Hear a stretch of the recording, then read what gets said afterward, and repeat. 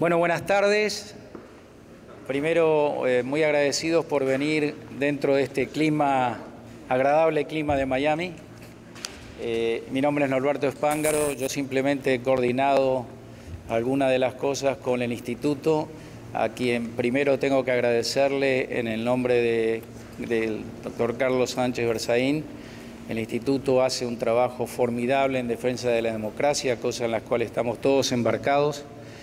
Y como ustedes saben, este es un año crucial para la Argentina y hoy tenemos el enorme placer, le decía yo hace un rato, que la Argentina está donde está hoy gracias a la prensa. Recuerdo que Carlos organizó hace poco el Fórum de Defensa de la Prensa Libre, o como se llamara, Libertad de Prensa. Es uno de los paladines de la lucha por la libertad de prensa en Latinoamérica. Así que mis palabras valen poco, muy rápido, muchas gracias. Luchemos por nuestro país, a quien todos llevamos muy adentro, por la democracia y la libertad, no solo de la Argentina, sino de Latinoamérica. Los dejo en manos de Diego Vaz, que va a ser el coordinador y moderador. Muchas gracias. Bueno, buenas noches, muchas gracias a todos por haber venido. El Instituto Interamericano por la Democracia le está dando un foro y un marco correcto a lo que va a ser el próximo proceso electoral este año 2019. Y un foro que tiene se articula de tres maneras. Uno que tiene que ver con la cuestión política, la cuestión de Argentina en un contexto del sector en el que está ubicado, una manera de entender al papel de la Argentina en América Latina. El segundo momento que tiene que ver con los números, la encuesta, las bocas de urnas, todo ese tipo de informaciones que están llevando permanentemente la atención y las cuentas de todos. Y también una cuestión económica, los números están moviendo de manera muy directa la situación política en Argentina. Eso va a estar a cargo también de Nicolás Solari, un hombre del mundo de la política, un analista del mundo de los números. Y cuando hay que tomarle la temperatura a la sociedad, tenemos a un periodista, columnista y un hombre que permanentemente está con su pluma, con su pensamiento, con su inspiración, llevando adelante estos análisis. Y lo hace desde el lugar más noble que puede hacerlo, dando su palabra. Es el señor Alfredo Leuco, a quien les pido un aplauso para los tres.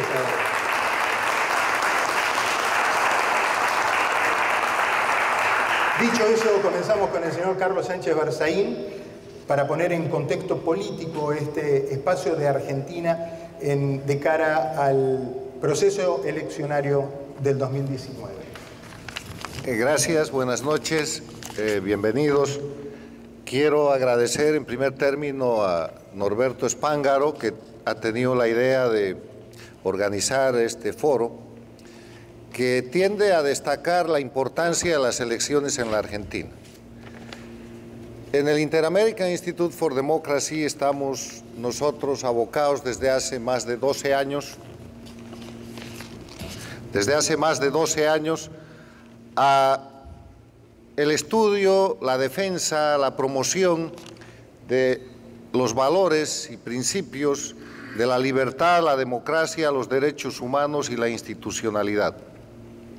Y en el análisis de lo que es América, de lo que son las Américas, vemos que el siglo XXI para América Latina es un siglo de crisis en la democracia y es un siglo de crecimiento de lo que se conoce como las dictaduras del socialismo del siglo XXI o el movimiento del crimen organizado que también se llama castrochavismo.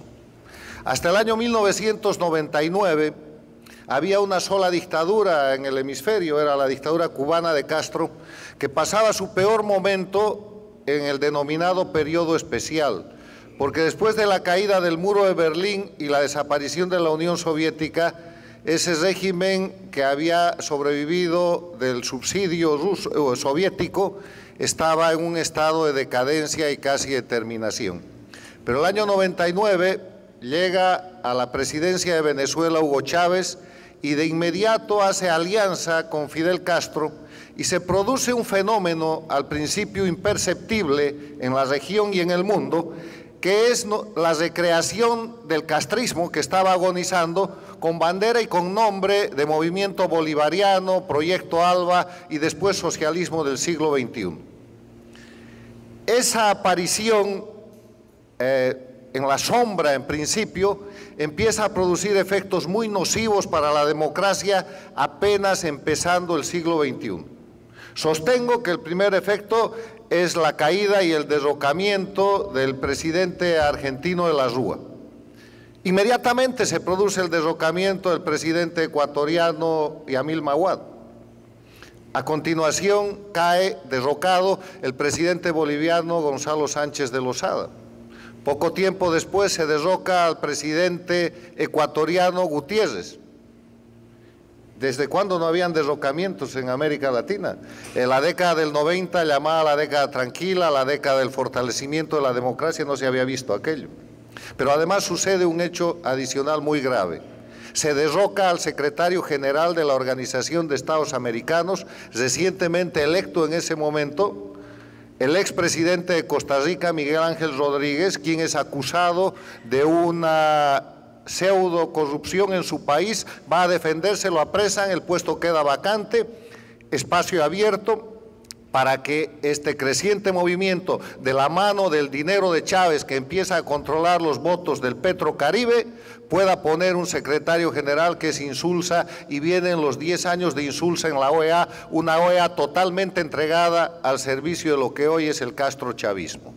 En ese panorama, el siglo XXI es para las Américas el siglo donde hay dos Américas, una América democrática bajo acoso y una América dictatorial que nace, crece y en este momento está en decadencia.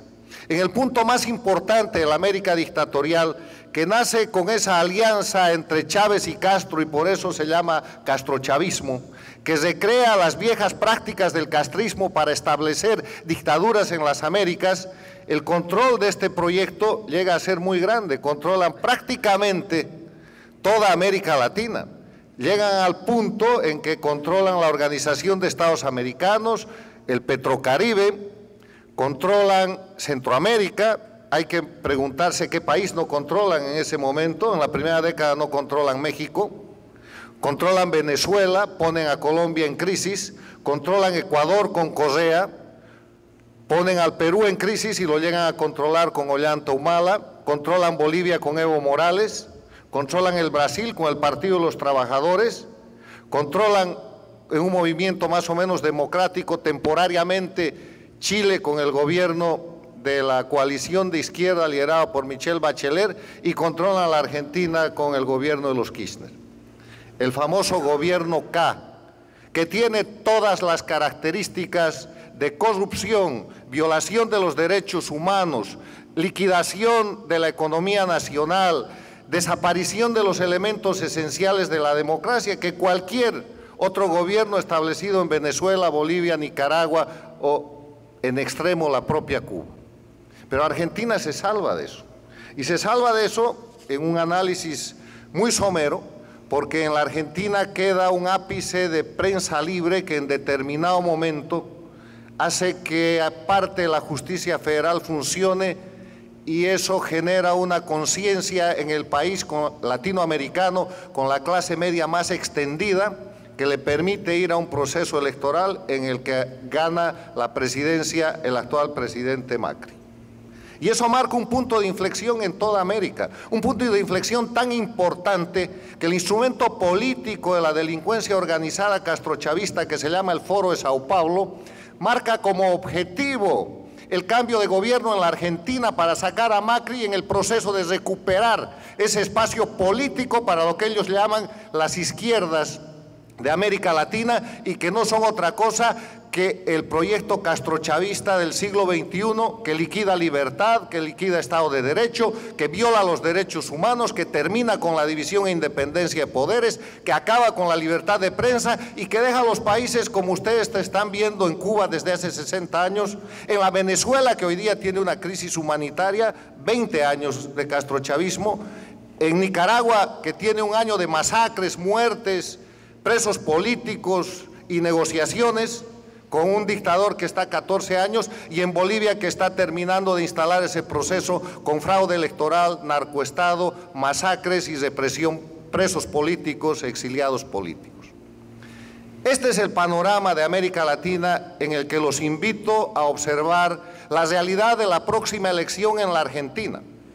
Un país donde efectivamente se puede pensar y se puede garantizar que habrá elecciones libres, cosa que no sucederá el mismo día en las elecciones en Bolivia, donde las elecciones están totalmente manipuladas y articuladas para que el dictador gane. La diferencia entre la Argentina de hoy y la Bolivia de hoy es que la Argentina es un país democrático con una serie de metas que lograr todavía en el proceso de fortalecimiento de su democracia, mientras que Bolivia es una dictadura electoralista en la que se usan las elecciones para consolidar un proceso de gobierno absoluto y de gobierno marcado por el know-how del castrochavismo. En el tema de las elecciones de la Argentina, que es lo que hoy nos interesa, yo invito a los argentinos y a los latinoamericanos y a los estudiosos de todo el continente a observar las elecciones de la Argentina como el punto en el cual se concentra la disputa entre sostener la recuperación de la libertad y la democracia en la Argentina, en el Cono Sur y en América Latina, versus la necesidad y la urgencia marcada desde La Habana y desde Caracas por el Foro de Sao Paulo de recuperar ese espacio para ponerlo al servicio de la gente que viola los derechos humanos, que viola los derechos económicos, que no cree en la propiedad privada y que ataca la libertad de prensa, entre otros crímenes. De eso se trata la elección en la Argentina. Cuando el señor Espángaro me pidió que hablemos del contexto de la Argentina en el ámbito político latinoamericano, este es el punto esencial en el cual el pueblo argentino con toda libertad tendrá que definir no solamente su destino, porque puede decidir volver al proyecto K, que está marcado por todos los elementos que ustedes conocen, o puede decidir proseguir en un proyecto difícil, en un proyecto que no es sencillo, en un proyecto crítico, pero que está señalado por los rumbos de la libertad y la democracia, de la cual Argentina hoy día disfruta y que ha sido certificado y respaldado por los países con democracia en el mundo. Yo termino expresando simplemente que así como la diferencia entre el político y el estadista es que el político está pensando en la próxima elección y el estadista tiene como característica que piensa en la próxima generación, los argentinos que voten en esta próxima elección tienen que hacerlo no pensando en el resultado inmediato de un momento de favoritismo, de negatividad, de depresión, de alegría o de información con la cual se saturan las elecciones. Piensen en la Argentina de la próxima generación, que si pierde su democracia no creo que tenga una segunda oportunidad. Muchas gracias.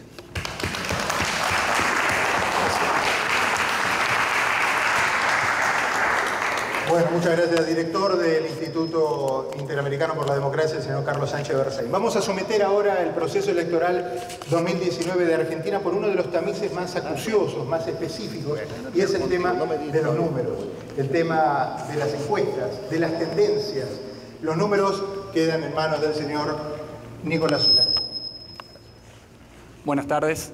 Gracias a los organizadores por la invitación de participar en este foro Elecciones Argentina 2019. Voy a tomar 8 o 9 minutos de su atención para que conversemos sobre algunos números, algunos datos, algunos hechos que me parece importante tener en mente cuando hablamos de las elecciones presidenciales argentinas. Me gustaría que tomemos la máquina del tiempo, vayamos 4 años atrás, a las PASO de 2015, y hagamos memoria de algunas de las cosas que pasaron ahí. La primera es que la fórmula kirchnerista que encabezaba Daniel Scioli y Carlos Zanini fue la fórmula que ganó aquella elección. Si se acuerdan, consiguió el 39% de los votos. 9 puntos más que la fórmula, no la fórmula, sino el conjunto de Cambiemos, porque Cambiemos estaba postulando 3 fórmulas. La de Mauricio Macri, la de Lilita Carrió y la de Ernesto Sanz. La sensación, la percepción después de la primaria de 2015 era que Daniel Scioli tenía un camino bastante despejado para ser el próximo presidente de la Argentina. Pero la Argentina da sorpresas, la política siempre da sorpresas. Mauricio Macri, Cambiemos, reacomodó un poco su estrategia electoral, reacomodó su discurso, hizo algunas concesiones al electorado independiente, que no estaba del todo convencido con esta nueva propuesta, mientras que el kirchnerismo hizo todo lo contrario, se encerró y cometió diversos errores de campaña.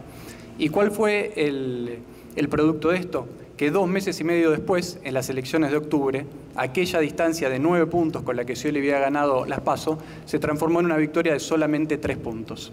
Nominalmente había ganado la elección, pero simbólicamente o en la realidad la había perdido, porque la percepción era que Mauricio Macri iba a ganar cómodamente el balotaje, sobre todo porque también María Eugenia Vidal, como recuerdan, había desbancado al peronismo de la estratégica provincia de Buenos Aires. Le había ganado la elección ni más ni menos que Aníbal Fernández. Entonces ahí hay una primera lección y un primer dato para tener en cuenta cuando se analizan elecciones y cuando se ve la performance electoral del kirchnerismo. El kirchnerismo tiene un piso alto de votos, tiene un piso electoral alto, pero le cuesta mucho crecer sobre ese piso electoral. Si hacemos memoria de vuelta, Scioli consiguió 39 puntos en las PASO y no es que únicamente no pudo crecer, ni siquiera pudo mantenerlos. En octubre tenía 37 puntos, había perdido 2 puntos. Lo contrario de lo que le pasó a Macri, que consolidó los 30 puntos del espacio y creció a 34 puntos en octubre y luego ganó la elección. Agarramos la máquina del tiempo de vuelta, nos vamos a las elecciones legislativas de 2017. El escenario era otro, había cambiado mucho.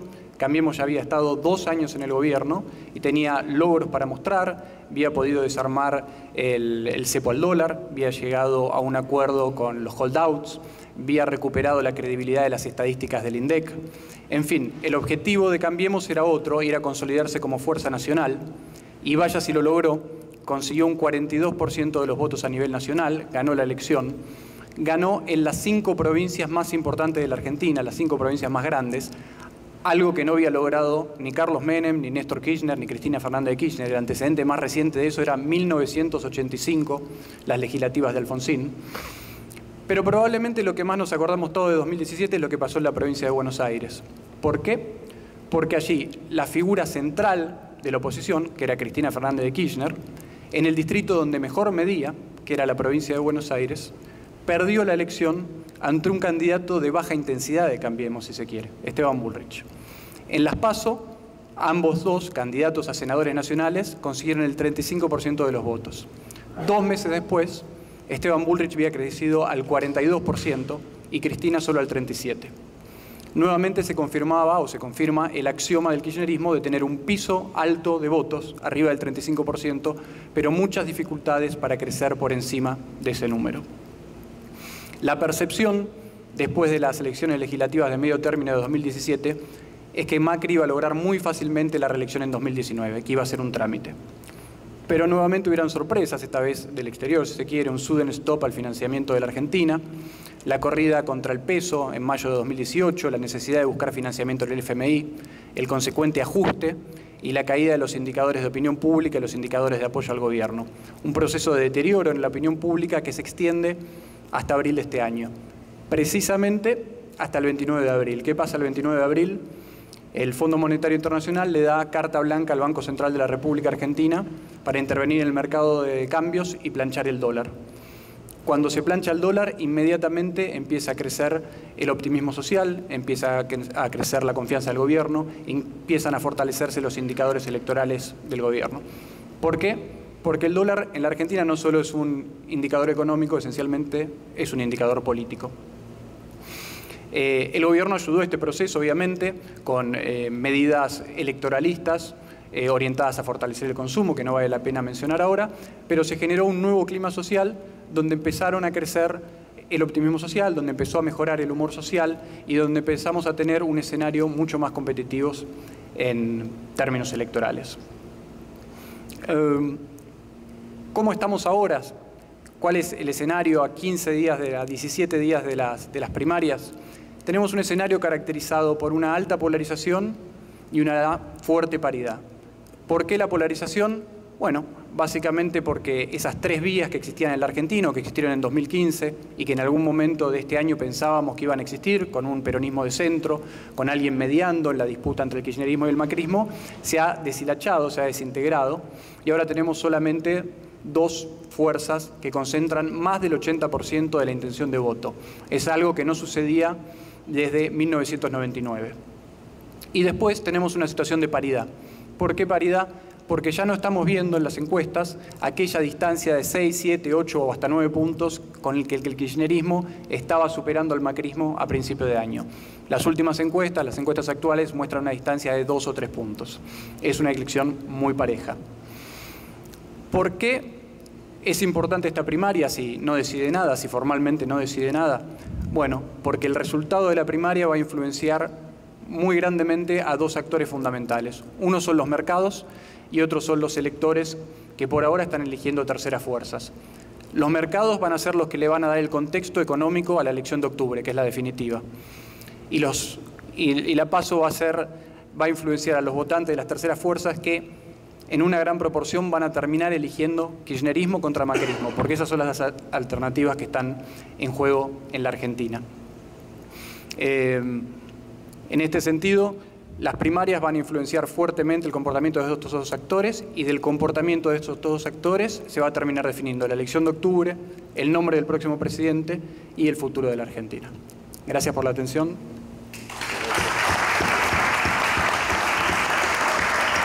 Nicolás Solari, el hombre de los números. Sí, recordaba una canción que hacía referencia a que detrás de las banderas, detrás de los políticos, detrás de las ideologías, está la gente con sus pequeñas cosas, sus pequeñas historias, sus pequeños momentos.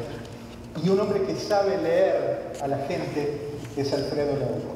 Alfredo que desde muchísimo tiempo viene acompañando con sus relatos, con sus crónicas, los crecimientos, las aventuras y las desventuras de un pueblo que está buscando el agua como los peces, buscando un poco de oxígeno. Alfredo Leuco, bienvenido. Muchas gracias.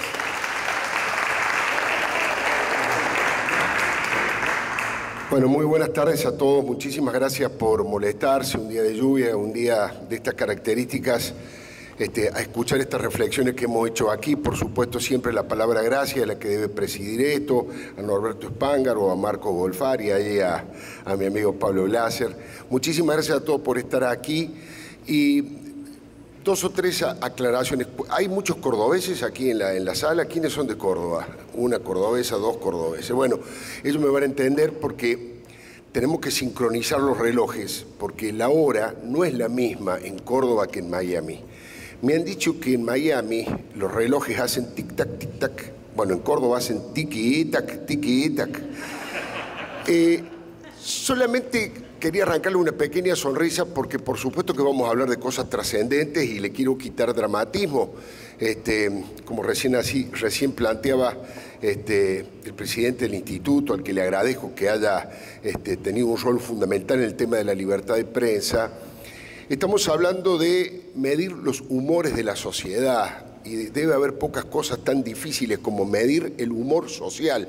Si a nosotros nos cuesta medir nuestro propio humor individual, familiar, en una empresa, imagínense lo que es en un país. Por lo tanto, trato de mixturar las 4 o 5 encuestas más importantes, las que menos se equivocan, pero siempre tomo con pinza todo tipo de encuestas.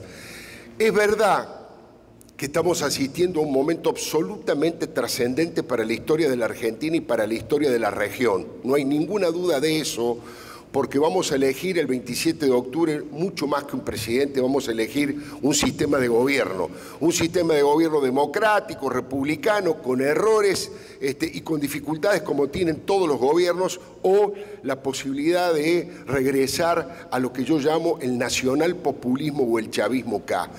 Son cosas muy distintas hacia el futuro, hacia la región y hacia adentro de la Argentina, y eso ha generado un nivel de tensión política que empieza a expresarse a través de, por ahora, pequeñas situaciones de violencia que esperemos no crezcan. Es cierto que las elecciones tienen un nivel de paridad. Yo digo que la moneda está en el aire y es difícil decir quién puede ganar la elección en este caso.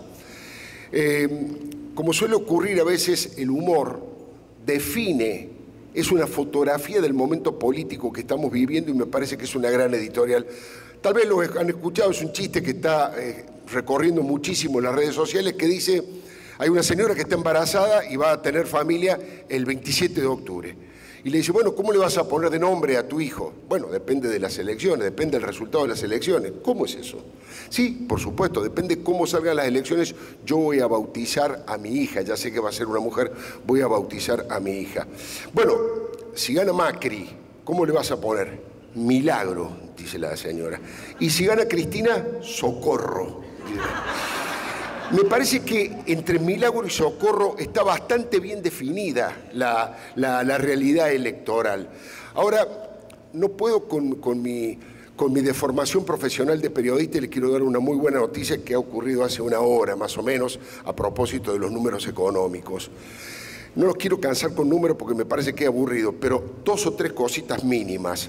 Por primera vez en 16 meses, acaba de anunciar la Argentina, el estimador económico acaban de anunciar que por primera vez ha crecido año contra año un 2,7%. Es la primera vez en 16 meses.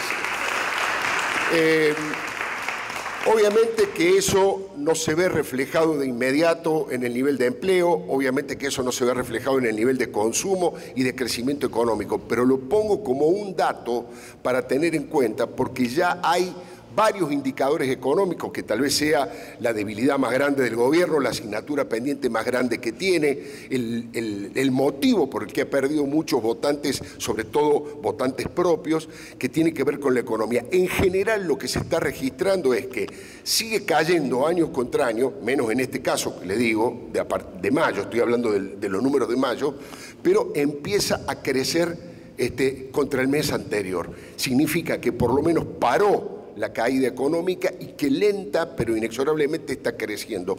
El otro número que sin lugar a dudas contribuye al buen humor y a haber mejorado la situación del presidente Mauricio Macri tiene que ver con una inflación que sigue siendo altísima para cualquier país del mundo, pero que parece, insisto, parece que le han quebrado el espinazo y que empezó la curva descendente. Ya van 3 meses y vamos al 4.º mes en donde inflación va lentamente bajando, pero va bajando, y eso es una cuestión que tranquiliza y, por supuesto, el valor del dólar, que más allá de algún tipo de pequeño sacudón que tuvo en estos últimos días, el hecho de que el gobierno, con la ayuda del Fondo Monetario Internacional y el Banco Central, hayan logrado tener al dólar más o menos tranquilo, eso fue generando una sensación de cierta calma económica que le dio un salto muy importante a Macri cuando toma la decisión de incorporar a la fórmula a Miguel Ángel Pichetto. Al principio generó una discusión y un debate muy grande, sobre todo en sectores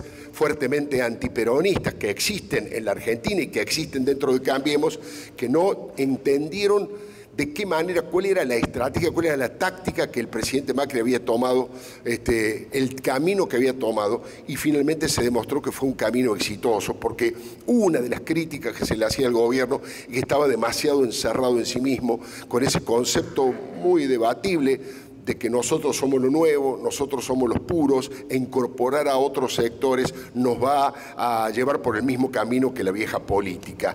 Bueno, eso llegó a un punto en donde revisaron esa política y al revés, han decidido abrir las puertas de Cambiemos, incorporar a distintos sectores, y esa es la señal que se envió a la sociedad con Miguel Ángel Pichetto, que está como si fuera una ambulancia, está recorriendo el país recolectando todos los peronistas que han quedado heridos o que han quedado fuera, producto de las decisiones arbitrarias, como siempre, de Cristina Fernández de Kirchner. Esa es más o menos la situación en la que estamos ahora. Coincido con lo que decía aquí el amigo Solari. Yo, soy periodista y por eso soy un poquito exagerado siempre. Si no, no sería periodista. Pero digo, las elecciones del 11 de agosto, las elecciones PASO, son las más trascendentes del retorno de la democracia. Son las más importantes, no las del 27 de octubre. Estoy hablando de las PASO, que durante mucho tiempo se intentó instalar, no se elige nada, no sirven para nada, es un gasto tremendo. Bueno, son las elecciones de una trascendencia tremenda. Voy a tratar de simplificarlo con 2 posibles resultados. Van los argentinos a las urnas el 11 de agosto. Cristina Fernández de Kirchner saca 10%, 11% más que Mauricio Macri. Si eso llegara a ocurrir, no digo que esto seguro va a ocurrir, ojo, estoy diciendo alternativas y posibilidades. Si eso llegara a ocurrir, el lunes 12 de agosto No solamente van a votar los mercados y el dólar va a entrar en una situación de turbulencia, porque grandes sectores de la sociedad y del mercado van a dar como muy complicado y muy difícil que Mauricio Macri logre la reelección. Y eso inmediatamente va a desatar esto que llamaba el amigo Castro chavismo, va a desatar que todos los sectores piqueteros estén en la calle cortando las veredas, cortando las calles y las avenidas y las rutas diciendo, bueno, el pueblo ya votó, el pueblo ya demostró que no quiere más a Mauricio Macri, ni hablar de los gremios, sobre todo de los gremios más combativos, con mayor capacidad de daño, como son los que lidera Hugo Moyano, o el aeronáutico Pablo Viró, o el bancario Sergio Palazzo.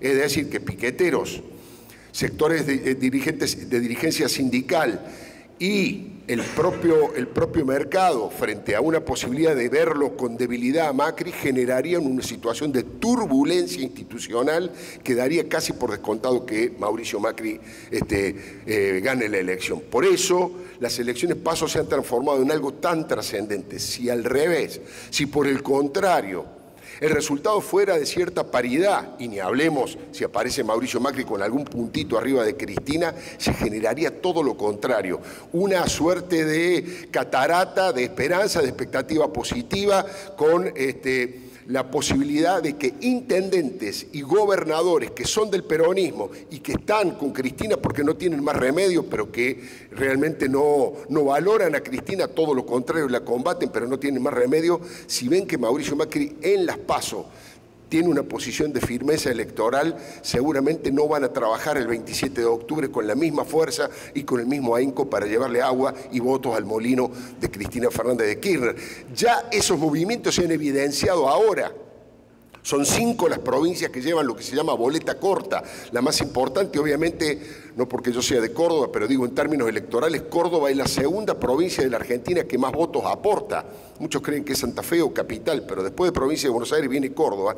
Y el gobernador, que acaba de ser reelecto con un amplísimo triunfo, ha propuesto que voten candidato a diputado de Córdoba y que a presidente voten a quien más quieran, que a quien les guste. De hecho, estuvieron cenando ayer con el presidente y con su esposa Schiaretti. Ese tipo de actitudes, si Macri demuestra fortaleza electoral en las PASO, se van a repetir con varios gobernadores y con los intendentes de la provincia de Buenos Aires. Por eso es tan importante la elección. ¿Y cuál es la dificultad que afronta Macri para el 11 de agosto? Primero, algunos, no quiero ser agresivo, pero algunos ingenuos del propio Cambiemos estuvieron repitiendo esa cantinela de que las PASO no servían para nada, cuando no leyeron que políticamente era tan importante, y ahora están rebobinando, y el presidente y sus ministros cada vez que hablan explican la importancia de conseguir un muy buen resultado electoral en las PASO. Pero segundo, y aquí está lo más importante, la característica del votante de cada uno de los dos grandes que se van a enfrentar, Cristina y Macri, son absolutamente distintas. Cristina tiene un voto duro, un voto militante, que aunque llueva, que aunque truene, van a ir a votar a las elecciones. En cambio, Cambiemos tiene un voto mucho más libre pensador, más tranquilo, que dice, bueno, ¿para qué voy a ir a votar en las PASO? Después voy el 27 de octubre, me voy de vacaciones, o no puedo, o no voy. Ese voto, que es un voto con mayor independencia, pero con menos solidez, es el que Mauricio Macri y su grupo tienen que tratar de volver a seducir para, insisto, tener un buen resultado en las PASO. De lo que ocurre el 11 de agosto, las conclusiones se van a reflejar el 27 de octubre, no tengan ninguna duda. A los efectos prácticos, el 11 de agosto se ha transformado en una primera vuelta. Y el 27 de octubre en una especie de virtual segunda vuelta. Es tan grande el nivel de polarización que sigue avanzando todos los días las presuntas terceras fuerzas, Lavagna, Esper, van perdiendo votos, hay una tendencia a que todos los días se va desgranando porque de los dos lados dicen, no, yo no puedo votar o a Lavagna o a Esper y facilitar que gane Cristina o facilitar que gane Macri. Y entonces están tomando decisiones ya para el 11 de agosto, por lo tanto, mi pronóstico es que, así como ha ido cayendo los porcentajes de estos dos candidatos, de Lavagna y de Esper, el día 11 de agosto va a ser bastante menos, porque, insisto, es un goteo permanente día a día de gente que toma la decisión de votar a Macri o de votar a Cristina, y allí radica la posibilidad que algunos analistas han planteado de que el 27 de octubre es tan grande la polarización que el 27 de octubre alguno de los dos puede ganar en primera vuelta. ¿Por qué? Si van a repartirse el 80, el 85% de los votos, con que uno de los dos saque el 45% de los votos válidos, más uno, se terminó la elección. Ganó la elección el que consiga 45 puntos más uno. Y si se polariza tanto, en la primera vuelta es más sencillo. A eso están apostando las dos fuerzas. Cristina designa a Alberto Fernández con esa idea. Ella piensa, a mi criterio equivocadamente, y comete un error, pero ella dice: Alberto es el tipo capaz de acercarnos a los sectores más moderados que me rechazan a mí. Y la decisión de Macri de llevar a Pichetto es: yo con esto traigo a un sector del peronismo que desconfía de mí, pero que no quiere a Cristina, y por lo tanto trato de lograr el mejor resultado posible en las PASO y en la primera vuelta para tratar de ganarla, porque después de la segunda vuelta empiezan a jugar otro tipo de factores. Esta es, digamos, en donde está el gobierno de Macri concentrado en estos momentos. ¿Qué está haciendo al respecto? Está tratando de buscar los lugares más débiles que tiene. Tiene dos lugares de debilidad que están trabajando con mucha fuerza a ver si vuelven a reenamorar. Primero, el más difícil de todos, que es el núcleo duro del kirchnerismo, que son los sectores más humildes, los sectores más pobres, de mayor marginalidad en el conurbano de la provincia de Buenos Aires. Ese sector es un sector casi irreductible, aunque en los últimos tiempos, aunque parezca mentira, milagros de la política, se está registrando un 2%, 2-3% de un voto que hace María Eugenia Vidal en la provincia y Cristina en la nación. Dos cosas que son absolutamente el agua y el aceite. Dice, ¿cómo es posible que alguien, sobre todo en los sectores más humildes, vote por María Eugenia y por Cristina? Que cosa que la favorece muchísimo, obviamente, María Eugenia Vidal. Es que es un voto que tiene que ver con la sensibilidad social, es un voto que tiene que ver con verla trabajar, con el carisma, no tiene que ver con la ideología, con la política. Son sectores de poco nivel informativo y votan por la empatía que tienen con el candidato. Y la verdad que Kicillof, un hombre de la universidad que está muy lejos de lo que significa el conurbano, en ese aspecto no puede competir con María Eugenia Vidal, que es una mujer acostumbrada a transitar los lugares más humildes de la Argentina, producto de su militancia en la iglesia, la cercanía que tiene con los sectores pobres, y tiene un nivel de carisma y de ángel que la convierte en, yo diría, la figura más importante de la política argentina por mucho tiempo. Ahora fíjese lo que le estoy diciendo. Esa figura, que claramente es la que mayor imagen positiva tiene, es la que es valorada hacia futuro como posible presidente de la nación, puede perder las elecciones por un voto con Kicillof. Ese es el otro drama que mucha gente no entiende. En la provincia de Buenos Aires no hay segunda vuelta. No hay segunda vuelta. Y si bien cuando vas a las encuestas, incluso las encuestas con la boleta en la mano, y le ponen la boleta de Kicillof y la boleta de María Eugenia Vidal, Vidal está 8 o 9 puntos arriba de Kicillof. El tema cuando le mostrás la boleta entera, ahí Macri baja, Cristina sube y lo hace subir a Kicillof, y ahí se acercan mucho las cifras. Por lo tanto, es peligroso, yo creo que es muy peligroso, incluso para la democracia, como les dije, que la provincia de Buenos Aires la maneja Kicillof y la Cámpora, y que María Eugenia Vidal, la principal candidata que tiene la democracia, la república en la actualidad y hacia el futuro, quede fuera de combate y pierda la elección con todo lo que ha hecho. Con todo lo que ha hecho de combate a todo tipo de mafias, a los narcos, al servicio penitenciario, a la policía corrupta. A veces naturalizamos las cosas, pero María Eugenia vive en una unidad militar. Tantos años que llevamos democracia y vive en un cuartel María Eugenia Vidal, porque las amenazas que ha sufrido, porque se ha metido de verdad con distintas mafias y no ha convivido ni ha sido cómplice como el gobierno de Daniel Scioli en la provincia de Buenos Aires, genera esta situación. Por lo tanto, están buscando todas las maneras, están llevando a gente que tiene llegada en los sectores medios, por ejemplo, y en la juventud. Martín Lustó está acompañándola ahora a María Eugenia. La propia doctora Carrió acaba de emitir un comunicado muy interesante que dice María Eugenia Vidal hizo la revolución, dice Carrió en la provincia de Buenos Aires, que no es de izquierda ni de derecha, está ayudándole a resolver los problemas concretos de la gente. Hace un ratito hablábamos con Norberto y el alcalde de aquí de Doral respecto de lo que significa, de lo que le cambia la calidad de vida a la gente, los hechos concretos, que no haya pozos, que funcione el transporte, que la salud realmente sea lo que corresponde a la gente. Y aquí está el otro problema, por eso es importante la participación de Lustó y la doctora Carrió. El presidente Macri es la persona que más votos sacó en la historia de la Argentina. Sacó 13 millones de votos. Me podrán decir, bueno, el crecimiento de la población, lo que sea. Nadie hasta ahora había sacado 13 millones de votos. De esos 13 millones y medio de votos, 2 números más y no los molesto más con los números. Hay aproximadamente 3 millones de personas a los cuales uno le pregunta, ¿a quién votaste? A Macri. ¿Cómo te va? ¿Peor o mejor que antes de Macri? Me va peor. ¿Y qué vas a hacer? ¿Vas a votar a Cristina? No, no voy a votar a Cristina. ¿Y a quién vas a votar entonces? Estoy dudando.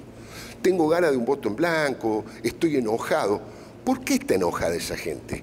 Estamos hablando de 3 millones que si quieren ubicarlos socioeconómicamente, son sectores medios bajos, son lo que llamamos cuentapropistas, gente que hace changa, carpinteros, plomeros, que habitualmente trabajan con lo que derrama la obra pública y la obra de construcción privada. Son pequeños comerciantes, empresarios muy chiquitos o profesionales jóvenes. A esa gente, producto del parate económico, producto de la falta de consumo, muchos de ellos han tenido que cerrar su pequeña empresa y han tenido dificultades. Y esa gente es la que el gobierno quiere tratar de seducir nuevamente, porque si esas personas, por algún motivo, no votan o votan en blanco, lo mismo que les dije con las PASO.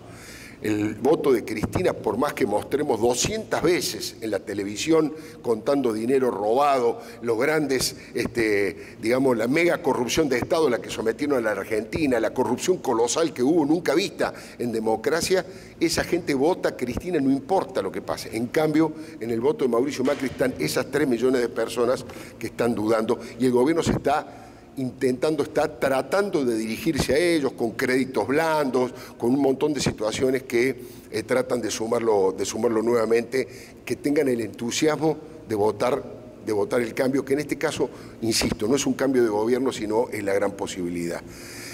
¿Qué cosas tiene a favor Cristina? Una de las preguntas más, digamos, acá me decía Norberto que como no sé el nivel de información que tiene cada uno y qué tema les interesa, por ahí, si quieren hacer una pregunta y en la que lo que sepa voy a contestar con toda franqueza y lo que no sepa no, obviamente. Pero digo, ¿cuál es la principal fortaleza que tiene el presidente de la Nación en estos momentos? Primero, esta defensa de la democracia y de la República. En la Argentina no hay persecución a nadie, la libertad de prensa es absolutamente completa y sin ningún tipo de limitaciones. Segundo, el hecho de que nos sacó de la sociedad, de las relaciones carnales con los peores países del mundo. Si hablamos en términos de economía con Venezuela, si hablamos en términos de política con Cuba y si hablamos en términos de terrorismo con la República Islámica de Irán.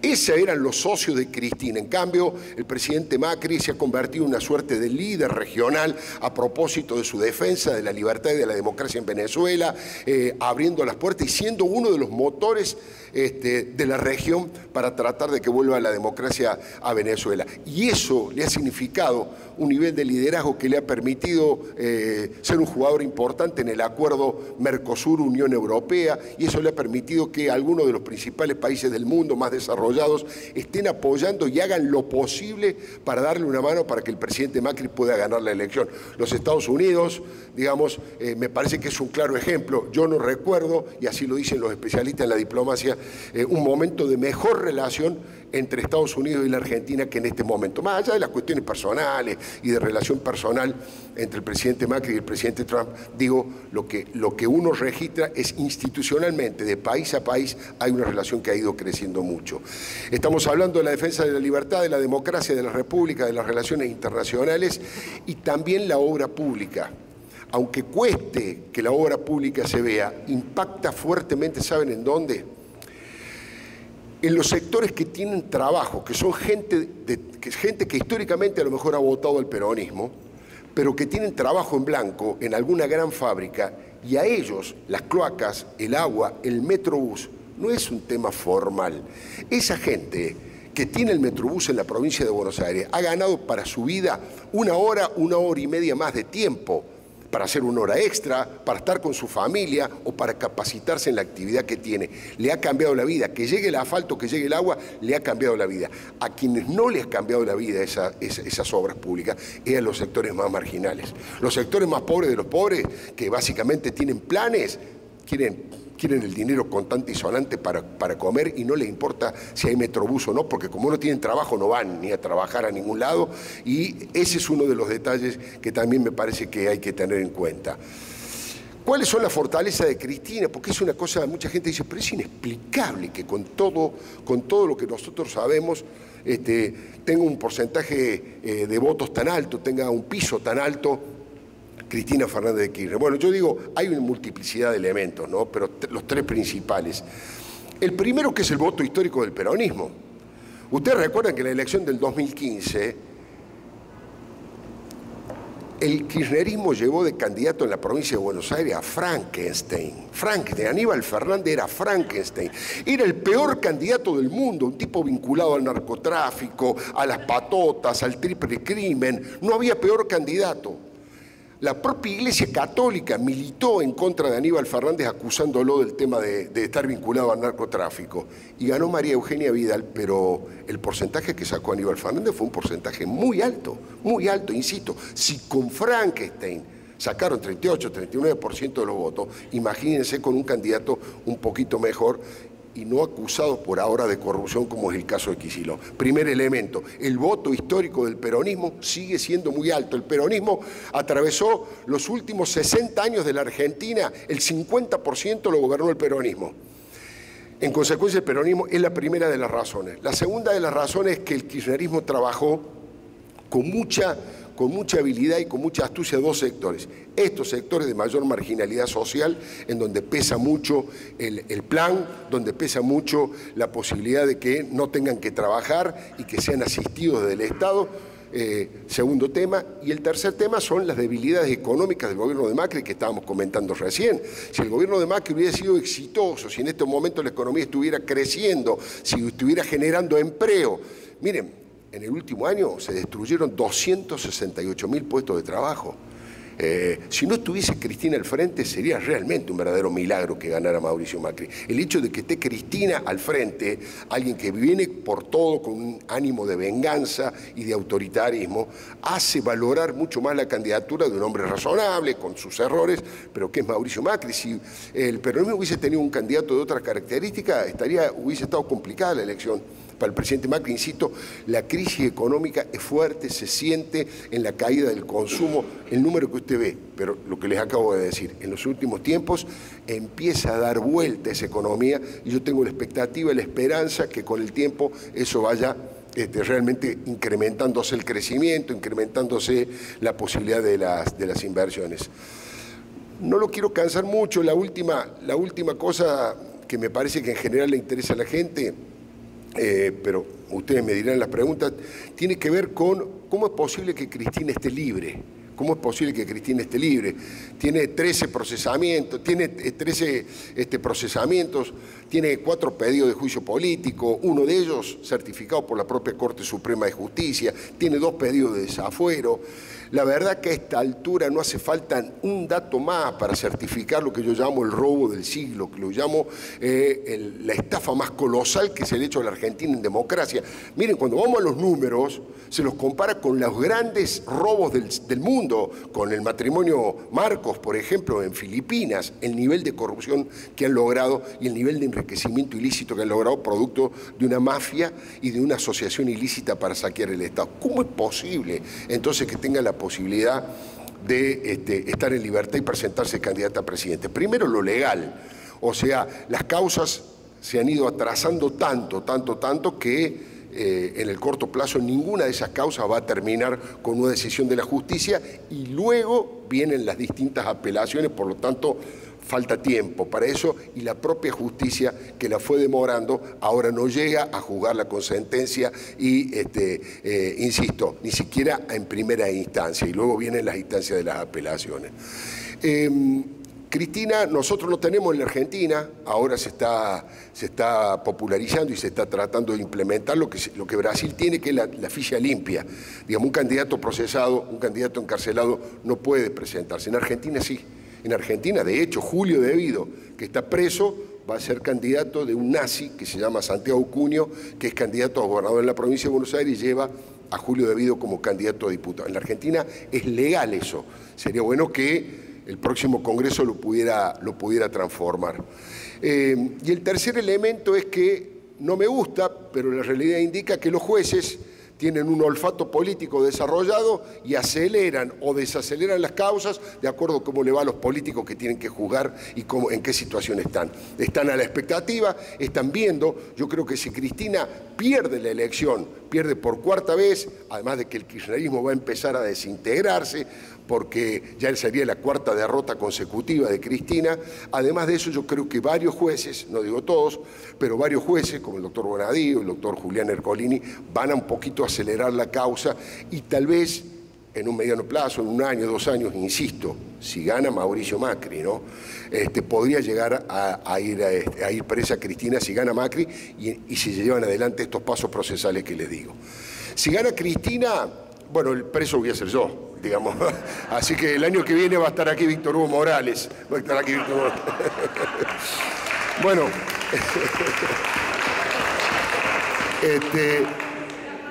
Obviamente ¿Cómo? Uno más, sí, me decían que aquí en Doral hay empleo, se necesita gente para trabajar porque casi no hay desempleo. Bueno, tal vez vengo a trabajar en alguna zapatería. Los escucho. Sí, bueno, cada uno, digamos, cuando nosotros hablamos, obviamente entre nosotros, este tipo de situaciones, cada uno tiene una mirada personal con sus dificultades, pero obviamente hay un sector del periodismo, un sector de la justicia y un sector de la propia política peronista. Imagínense si gana Cristina, ¿a dónde va a ir a rodar la cabeza de Pichetto, la cabeza de Urtubey, a los que considera traidores? Yo creo que los primeros que Cristina va a ir a buscar van a ser Pichetto y Urtubey, después van a ir los periodistas y después van a ir algunos jueces y fiscales que ellos odian, ¿no es cierto? Después depende de lo que pase, lo decimos en broma, pero no tengan duda que estudiamos esa posibilidad porque no hay ningún escenario hasta ahora, que muestre que el presidente Macri va a ganar con comodidad. No hay ningún escenario, hay que decir la verdad, más allá que a uno le guste o no le guste, esa es la realidad con la que estamos moviéndonos ahora. Respondo lo que quiera, menos si tengo novia, cualquier cosa. Sí.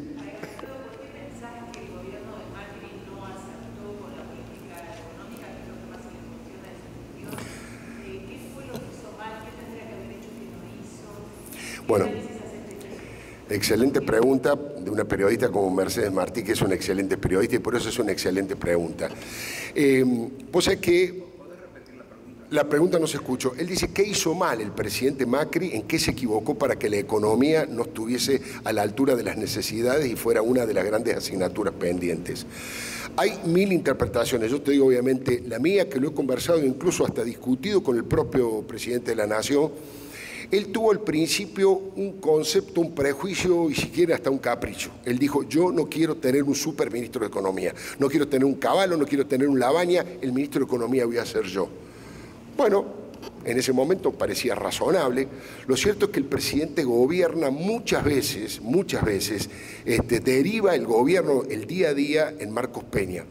Marcos Peña es un hombre muy honesto, un hombre que está al lado del presidente Macri desde el comienzo, muy valioso, pero la verdad que no tiene un manejo económico. Y los ministros de Economía, de todos los palos ideológicos, porque Federico Sturzenegger, Carlos Melconian, Alfonso Pradgay, no piensan lo mismo, tienen matices ideológicos, ninguno se llevó bien con Marcos Peña. Esto lo digo entre nosotros, nomás que no trasciende de América Latina, pero le nombré esos 3, pero muchos de los funcionarios, se han ido más de 30 funcionarios de altísimo nivel del gobierno de Macri, en mala relación con el jefe de gabinete. Y muchos de ellos decían, son gente prestigiosa a nivel internacional, qué sé yo, Alfonso Pradgay, asesor del Banco Mundial, del Banco Europeo, les costaba ir a darle explicaciones económicas a Marcos Peña, que tiene otros saberes y otros valores, no el de la economía, nunca pagó un cheque, nunca pagó un sueldo, no tiene experiencia en el mundo económico. Y yo creo que esta decisión de no voy a tener un superministro, no tuvo ministro, no tuvo política económica, fue tomando decisiones, algunas acertadas, otras equivocadas, pero le faltó un plan integral económico que según indica, todo indica, si llega a ganar, ya tienen preparado un gabinete económico con fortaleza, con distintas miradas y distintos pensamientos políticos, y un gabinete general de lo que yo llamaría amplia coalición democrática. Tiene la idea, al revés de lo que fueron sus primeros 4 años, de abrir las puertas a distintas fuerzas para darle mayor sustentabilidad política y para tener la posibilidad de juntar senadores y diputados para sacar las leyes que corresponden, porque no nos olvidemos que este gobierno tuvo que lidiar, entre otras cosas, con minoría, siendo minoría parlamentaria. Les costó muchísimo generar la posibilidad de que salieran leyes con la debilidad que tenía desde el punto de vista legislativo, ¿no? Así que te puedo nombrar varias cosas, pero esta me parece que es esa obsesión, esa decisión muy respetable del presidente, no quiero un superministro, finalmente derivó en no tenemos ministros, no tenemos un plan económico integral, y eso es lo que ahora el gobierno mismo lo reconoce, ¿no?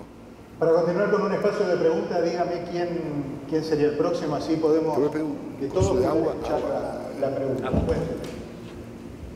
La pregunta para Leuco. Mira, si me estás reconociendo que la política económica fue un fracaso, porque fue un barco sin capitán, porque estás para que voy a manejar un barco, ¿por qué crees vos que no se baja Macri y la pone a Vidal? ¿Qué sentido tiene continuar con una cosa que es entre un inepto y una corrupta? No es una gran elección, mientras que con Vidal quizás... Bueno, varias cosas. Primero, eso ya no tiene, estamos hablando del pasado, eso ya no tiene ninguna posibilidad, no ocurrió en su momento. Me estás preguntando por qué no pasó eso en su momento. Bueno, por varios motivos. Primero, porque María Eugenia Vidal tiene una vocación de trabajar en equipo muy fuerte, y ella en ningún momento quiso que nadie tuviese la impresión de que ella quería ir en lugar de Mauricio Macri, y es más, se hubiese negado si le ofrecían esa posibilidad. Primer tema. Es más, otro de los grandes errores políticos cometidos, pero este ya sí un error de jardín de infantes que podría haber decidido la elección, fue no adelantar las elecciones en la provincia de Buenos Aires. Hubiesen adelantado la elección en la provincia de Buenos Aires, donde María Eugenia le sacaba 8 puntos a Kicillof, y estaría liquidada la elección, porque obviamente los intendentes trabajarían para María Eugenia, no para Kicillof en esta elección. Pero bueno, ese es un error político de jardín de infantes. Pero digo, y el otro tema de María Eugenia Vidal es que el 40% del padrón está en la provincia de Buenos Aires. Si vos no tenés un candidato fuerte en la provincia como es Vidal, y si la sacás a la nación, la provincia no tenía un reemplazo para María Eugenia Vidal con esa fuerza. Entonces, por mejor que le fuera a nivel nacional, si la provincia no tenía un candidato fuerte, podía perder también María Eugenia Vidal. Se estudió mucho y se analizó esa posibilidad, pero esos fueron básicamente los elementos que le hicieron tomar esta decisión. ¿Alguien más por acá? Sí. Una de las cosas que siempre se dice en la política, que los cambios fuertes o los que no le van a gustar a la gente hay que tomarlo en los primeros 100 días. Personalmente adhiero totalmente a eso, y creo que Macri tenía el capital político para hacerlo. Si llegara a ganar, ¿cree usted que puede llegar a hacer eso esta vez? Digamos, hacer los cambios de una buena vez, con las cosas fuertes como la ley laboral y todo eso que continuamente retrasan todos los cambios en el país. Bueno, coincido plenamente. Yo también creo que los primeros 100 días son claves para tomar las decisiones de fondo, aprovechando el respaldo político que le da una salida electoral, más allá de que, aunque gane la elección y le vaya bien a Macri, en diputados no va a tener mayoría para sacar leyes. En senadores puede ser. Está trabajando Pichetto trayendo senadores de todos lados, y si le va bien puede ser que en el Senado tenga los votos necesarios para aprobar alguna ley, pero en diputados le va a costar. Pero no obstante, en la política hay que trabajar y se pueden conseguir esas leyes. Coincido plenamente, creo que se equivocaron en no tomar medidas, pero súper drásticas, digamos, súper drásticas. Estoy hablando no solamente del tema de la reforma laboral, que es clave. Yo siempre digo que el gran enemigo que tiene la democracia argentina, además de Cristina, es Hugo Moyano, por lo que significa. Si el presidente no logra disciplinar, no logra quebrar el poder de Moyano, achicando su poder de alguna manera, si no, la justicia no avanza y no lo ponen preso o no genera, va a tener dificultades, porque Moyano es un poco el símbolo de ese sindicalismo del retraso, de ese sindicalismo de la mafia, de la coima, que además no acepta ningún tipo de modernización. Yo creo que los primeros 100 días tienen que tomar medidas. Para mí era una obviedad que los primeros 100 días iban a echar a todos los tipos de la cámpora que habían entrado en los últimos 4 o 5 meses, que empezaron a entrar carradas de gente de la cámpora a los ministerios. No, convivieron con esa gente y es más, hoy hay muchos lugares en donde las segundas y terceras líneas de los ministerios son de la cámpora. ¿Y qué han hecho? Los han corrido de las decisiones, están como ñoquis y trabajan con otro sector. Pero estamos manteniendo una cantidad de tipos que cobran dinero y que, como no tienen nada que hacer, se dedican a hacer política, a conspirar contra el gobierno, a sacar papeles secretos y dárselo al periodismo kirchnerista.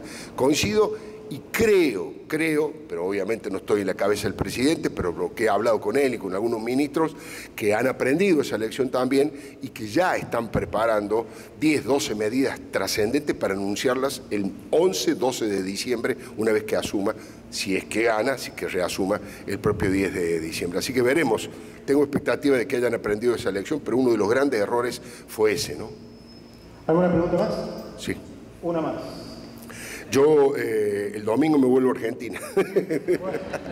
No, ahora, estoy de acuerdo contigo en un montón de cuestiones, pero ¿no te parece que si había que explicarle a la gente por qué se había terminado la fiesta y que había que pagarla, había que haberlo hecho, como bien decimos, de entrada, y no que después los ajustes de tarifa, etcétera, etcétera, la gente lo viera como que es un despropósito de este gobierno y no que era consecuencia de lo anterior?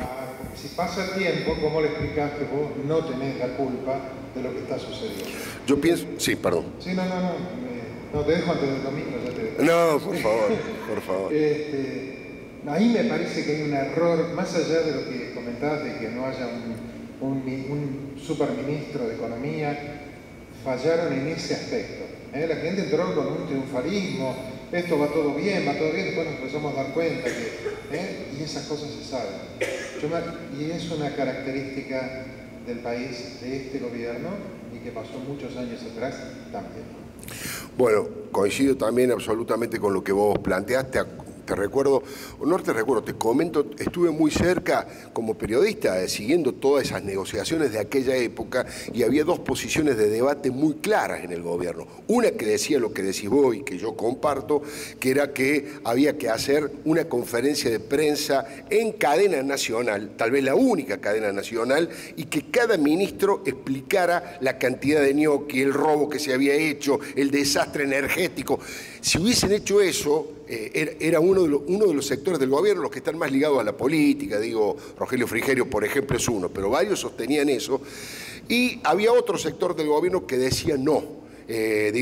Durán Barba, Marcos Peña, que tienen un concepto más marketinero de la política, y ellos decían no le tiremos más malas noticias a la gente, mostremos optimismo, tenemos que crecer, tenemos que tener una mirada positiva, no le demos toda la información porque la gente va a entrar, va a bajar los brazos, se va a deprimir y nos va a costar. Era un debate que en aquel momento era muy intenso, y como obviamente nos dimos cuenta todos, ganó el sector que dijo no le demos malas noticias a la gente, nosotros somos la alegría, la esperanza, no podemos arrancar el gobierno tirándole tantas pálidas. Bueno, yo creo que fue otro de los errores porque si vos le decís a toda la gente con ese poder político de haber ganado la elección, miren muchachos, vamos a hablar bien entre nosotros, argentinos queridos, tenemos este drama acá, lo energético no tiene. Vamos a tener que pasar sangre, sudor y lágrimas, vamos a tener que pasar momentos difíciles, vamos a tratar de proteger a los más desprotegidos, vamos a tratar de cuidar a las pymes, vamos a tratar de esto, pero sepan que se viene un tiempo y que no hay otra manera de tapar los huecos o de apagar los incendios que nos dejaron. Yo siempre digo que es verdad que el kirchnerismo y Cristina en particular dejaron una bomba de tiempo tremenda para la Argentina. Ahora, el gobierno de Macri, por muchos motivos, no tuvo el expertise, no tuvo la posibilidad de desarmarla como corresponde. Le fueron explotando algunas granadas, otras las fue corrigiendo, pero tal vez si hubiesen aclarado eso de entrada, la gente iba a tener otro tipo de expectativas y no se iba a sentir que todo lo que ha pasado en el tema tarifario es culpa del gobierno actual y no de lo que dejó el anterior. Bueno, lo del estribo entonces. ¿Cómo no? Con el caballero. Esta suavecita para terminar bien. ¿Cómo no? Así me gusta. Ante un hipotético caso en que gane el kirchnerismo en las elecciones, Sí. con tu experiencia periodística y política, ¿cómo te imaginas que puede ser ese futuro?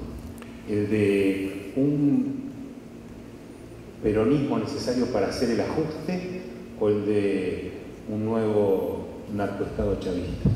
No, no tengo duda, no tengo duda. La palabra ajuste y la palabra racionalidad política no existe en el diccionario de Cristina. No tengo ninguna duda que el camino va a ser hacia fortalecer las relaciones con Rusia, con Irán, con Cuba, con Venezuela. Esa es la idea que tienen, lo que planteamos recién respecto de lo que se conoce como el Ministerio de la Venganza, que van a ir contra algunos peronistas que hicieron vuelta, contra periodistas y jueces. No tengo ninguna duda que van a ir hacia ese lugar. La única duda que me queda es el nivel de violencia con el que van a llevar adelante esas cuestiones, porque obviamente de un sector de la sociedad va a haber ciertos niveles de resistencia a medidas que vayan hacia ese nacionalpopulismo, hacia esa demagogia tan fuerte y hacia ese autoritarismo. ¿Por qué? Hoy creo que está en los portales la declaración de uno de los actores más fanáticos de Cristina y con mayores dificultades cerebrales, que es Raúl Rizzo, dijo que Argentina, si gana Macri, Argentina va a ir a una guerra civil. Saben ustedes que Luis Delía ha propuesto fusilar en la plaza pública al presidente Macri. Esa es la única duda que me queda, los niveles de violencia. No quiero exagerar porque en los 70 había sectores que estaban armados, como Montoneros, como la AAA. En este momento, estructuralmente, yo no registro que haya grupos fuertemente armados, pero sí lo que hay es ese concepto de que la resolución de los conflictos puede ser a través de la violencia. El caso más notorio de los últimos tiempos fue las elecciones, la decisión para los candidatos en Chubut. En Chubut, Cristina dijo, el primer candidato a diputado tiene que ser un muchacho de la Cámpora. Hugo Moyano dijo, no, el primer candidato a diputado por Chubut es Jorge Taboada, que es la mano derecha de Moyano. Tiene que ser Jorge Taboada. ¿Cómo lo resolvieron? 3 heridos de bala. A los tiros. Ganó Cristina, pero se definió por penales, no, a los tiros se definió. Digo, en Chubut destruyeron el local del Partido Justicialista de Trelew. Digo, si entre ellos resuelven así los conflictos, me imagino lo que puede ser la vuelta de Cristina y súmale, y con esto ya termino, y súmale la posibilidad de un enfrentamiento y de una lucha por el poder entre lo que son los sectores más radicalizados, que ahora están calladitos, la Cámpora, Delía y todos esos, con Alberto Fernández, que presuntamente quiere hacer un gobierno más moderado. No le creo, pero supongamos que lo quiera hacer, ahí va a ir una pelea de poder muy fuerte que tampoco sabemos cómo termina. Lo que sí sabemos, porque conocemos la historia, es que cuando el peronismo resuelve sus conflictos a los tiros, arrastra a toda la sociedad argentina, y de hecho así no fue en los 70, ¿no? Muchísimas gracias, han sido muy amables y muy gentiles. Gracias por venir, muy amables. De esta manera cerramos el evento organizado por el Interamerican Institute for Democracy. No, Alfredo trajo una cantidad de libros de su nuevo libro que están acá en la mesa, no son muchos, pero los que quisieran que él lo firmara, por favor, tenemos la oportunidad de hacerlo. No sé cómo manejar esto porque son pocos, no se han venido, pero el que quiere que Alfredo lo firme puede pasar y retirarlo y él lo va a firmar, así que corran porque no son muchos. Yo solo tengo una pregunta que me quedo, no quiero. Una de tus grandes actuaciones fue tu diálogo con quien es hoy una de las figuras argentinas, de las dos grandes figuras argentinas que son Messi y el Papa Francisco. Vos te paraste fuerte. La pregunta que te voy a hacer, no es para entrar, fue claro que en la provincia de Buenos Aires la Iglesia jugó fuerte a favor de María Eugenia. Hoy ese señor, ustedes sepan que yo estoy haciendo la campaña de Mauricio Macri acá, así que me caben las generales de la ley. Ese señor despreciable que se llama delegado del Papa, que es Juan Grabois, dijo, presentó una declaración, presentó una demanda judicial contra Mauricio Macri. La pregunta es, ¿qué rol pensás que está jugando la Iglesia en este momento? Bueno, ahora sí que pierdo el vuelo. Ahora pierdo el vuelo. Sí, voy a tratar de resumirlo porque tengo una historia de una relación con el Papa Francisco muy grande. Yo le hice una crítica muy fuerte al principio, él me llamó por teléfono, me mandó un correo electrónico, yo le contesté, tengo 3 bendiciones del Papa Francisco, fue un ida y vuelta donde él... ¿Cómo? Rosario todavía no. Digo, tengo que... Cuando esté preso puede ser. Pero digo, él para mí ha ido involucionando y ha ido retrocediendo en el tiempo y convirtiéndose cada vez más, por lo menos en términos argentinos, en aquel joven militante de la Guardia de Hierro y del peronismo, y ha tomado partido muy fuertemente por Cristina y por los dirigentes del cristianismo, por lo tanto tengo hoy una mirada muy crítica. Yo, para no contarles toda la historia y no aburrirlos, lo resumo de la siguiente manera cuando me preguntan en este tipo de charlas. Si el Papa mañana se presentara de candidato a presidente del mundo, yo lo voto. Lo voto porque el Papa a nivel mundial está preocupado por el tema de los refugiados, es un hombre que apuesta al diálogo interreligioso, apuesta muchísimo a la paz, se preocupa por los sectores humildes, ha combatido a los curas pedófilos, combate la corrupción, a alguno le gustará, la intensidad le parecerá poca o no, pero combate la corrupción de la economía en el Vaticano y el Banco Ambrosiano. O sea, si el Papa fuese candidato a presidente del mundo, yo tal vez lo voto. Ahora, si fuese candidato a presidente en la Argentina, el Papa, yo no lo voto. Para eso ya está Cristina. Gracias. Aplausos.